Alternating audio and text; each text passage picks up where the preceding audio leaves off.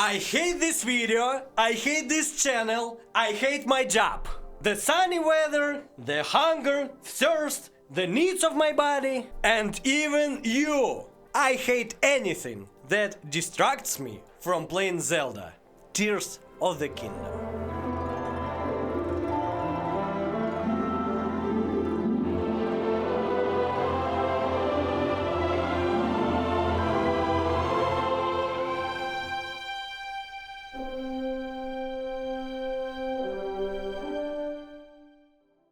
Zelda Tears of the Kingdom is now live, and we played as fast as we could. Even my grandpa, rest in peace, managed to play the first few hours. The previous part was brilliant, and the main question is whether the new Zelda is better or at least the same grade as Breath of the Wild. So, this game is live now, and I have much to tell about it. First of all, mostly Zelda games were made in different dimensions, with different characters and stories. But now Nintendo has literally created Breath of the Wild 2, whose first part was launched at 2017. That's why when I refer to the first and second Zeldas, I will mean Breath of the Wild and Tears of the Kingdom respectively. Since this is the second part, I'll give you a quick recap what's happened in the first Zelda. In the Hyrule Kingdom there was a princess named Zelda and her knight Link. They discovered 4 beasts, which were actually huge robots, and gave them to 4 warriors from different nations. Along with the beasts, they found an army of smaller automated robots and a prediction that the old powerful villain, Ganon, would return at any moment. They began to prepare an army and the beasts for confrontation. But when Ganon appeared, he took control for all the robots. The regular army was defeated, the 4 warriors were killed, and Link was injured, leaving the world nearly destroyed. Zelda took Link to a magical bus for a chill and went to the castle with the inspiration to kick some evil. Mortal Kombat! After 100 years, Link finally woke up from a well-deserved rest and saw that the world was nearly destroyed. He took control of the 4 beasts and explored the entire world, eventually making his way to the castle, where he defeated Ganon and rescued the princess. However, he also realized that he had been asleep for 100 years and was now too old for all this adventure. The end. Now, Link and Zelda descend into the underground of Hyrule Castle and discover a demon that appeared to be stunned as if he had just smacked his pinky finger. The demon opens his eyes, breaks Link's sword and raises the castle into the skies. Princess Zelda falls down while Link regains consciousness on a flying island, which serves as a large tutorial location before the game truly begins. First of all, this game is based on the first Zelda, so the core gameplay remains more or less the same, and the first island shows you most of the mechanics. So you're in the open world and you have a goal, but you can go anywhere. You have complete freedom to run, swim and even climb. In the open world you can find different plants, fish, animals, bugs and lizards, as well as enemies and other characters. You can hunt and fish and then use all of your finds to cook meat with crabs or create elixirs with monster parts and bugs with lizards. While cooking or making elixirs, you need to remember that all of the ingredients have their own properties. Some can heal, some can warm you up in the winter, some can make your body shine, and much more. Therefore, you will craft meals and potions by combining the effects that you need. When you meet enemies, you can run, fight, or stealth them. Running is simple. All you need to do is just...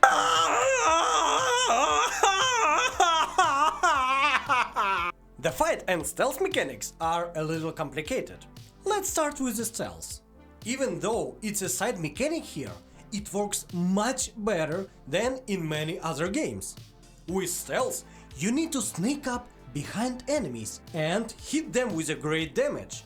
But you need to remember that enemies not only see you, they can hear you too. So you can hide, distract enemies, and the rain will muffle your footsteps. Special clothes, food and potions can buff your stealth, and with other mechanics, which we'll get to later, you can do much more interesting stuff. If you get spotted, you will start a fight. For a fight, you can use different melee weapons, shield, bows and dodging. All weapons have different stats, speed, size, damage, so your gameplay will always be different. The same is true for the bow. If you parry enemies' attacks or dodge at the right moment, time will slow down and you can defeat your enemies. You can also use the environment to your advantage.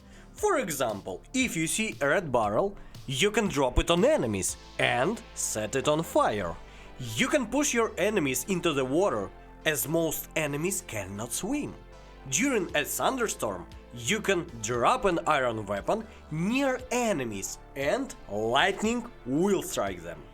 And yes, just like in real life, lightning will strike iron. The same is true for other physics in the game. Fire can spread through grass, water can freeze, big rocks can fall from above, you can cut down a tree and even harvest firewood. Or maybe you need a tree trunk itself. You can use the wind to move your boat and much more. So the physics really work in this game. In addition, the main feature of the game world after completing the main quests with Link is its open-endedness. Unlike in other games, the world doesn't become empty or lack content. You can always discover something interesting when exploring, such as new locations, resources, characters, puzzles and Koraks. Koraks is a little creatures that hiding everywhere on the map. So you need to find them for a reward. So it is a great and very interesting game. But now all that I've told was an old mechanic that was in the first game. And all these mechanics made the first part great, one of the best in the whole history. But what Nintendo did for last 5 years? They already had a masterpiece. Did they add anything? They did. Much. As I said, the first part was brilliant, but even it had problems. For me, the biggest was humanless open world. It was wild. There was nobody and not many quests, so you needed to explore it without any goal. Yes, with this brilliant open world, it wasn't boring. Moreover, it was so interesting that I spent 300 hours in the first Zelda. But still, there were not enough characters, dialogues and assignments. Now, Nintendo changed it. You meet many different NPCs, read more dialogues and do different quests. At least you feel that the world is alive. Somebody built new houses, others are trying to understand why some lands were raised in the air, and the third ones are studying strange holes in the ground. So now they added more real life within it. And yes, it is still not The Witcher 3, but for me, it's enough for such a game. Regarding the new locations, do you remember when we talked about first island in the sky? There are many more like it, with puzzles, monsters, enemies and other activities. And we don't just have skies, but also underground areas. Under the entire Hyrule there are huge caves filled with enemies, mines and ancient ruins. The main idea of this area is the lack of sun. So you're totally blind, you need to use some items to illuminate the road. But in random places there are special points that can illuminate some territory after activation. Additionally, enemies here are infected by some evil, so they not only deal damage but also block your hearts, so you can't heal until you come to the sun or reach the special points that I mentioned earlier. You may ask, why we need to go there? It is simple, because of Zonaite, a new type of ore that you can only mine in this area. Next, you can use it to upgrade your battery, so you could have more energy for mechanisms. What mechanisms am I talking about? On the starting island, you learn that it was once inhabited by an ancient race called the Zanai, who used electricity, robots and other mechanisms. You receive a device that can control all this technology, but you need to create it first. Here's where another new power comes in handy. Ultra Hand.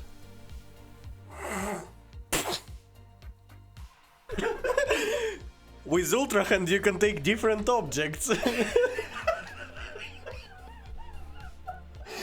Twist and stick them together.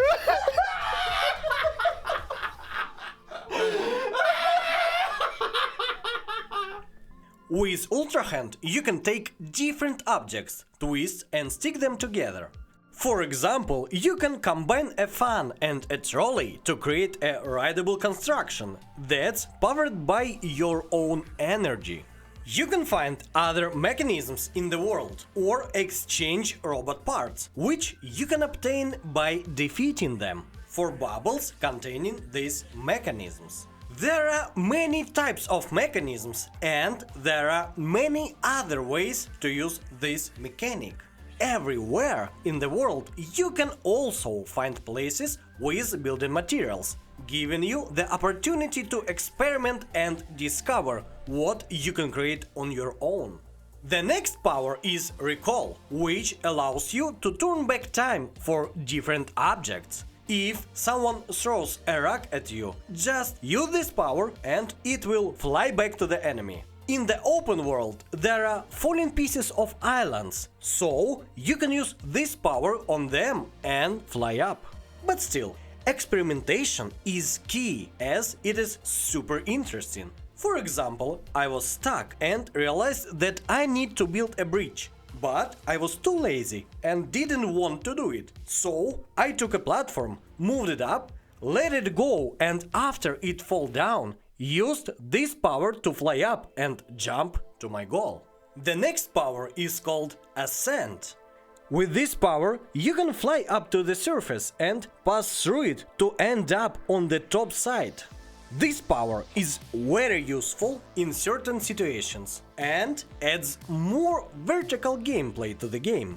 And last, that I hated in my preview video, but really love now. Fuse. All the weapons have gone bad, according to the plot. That's why you can take your sword and fuse it with rock, for example.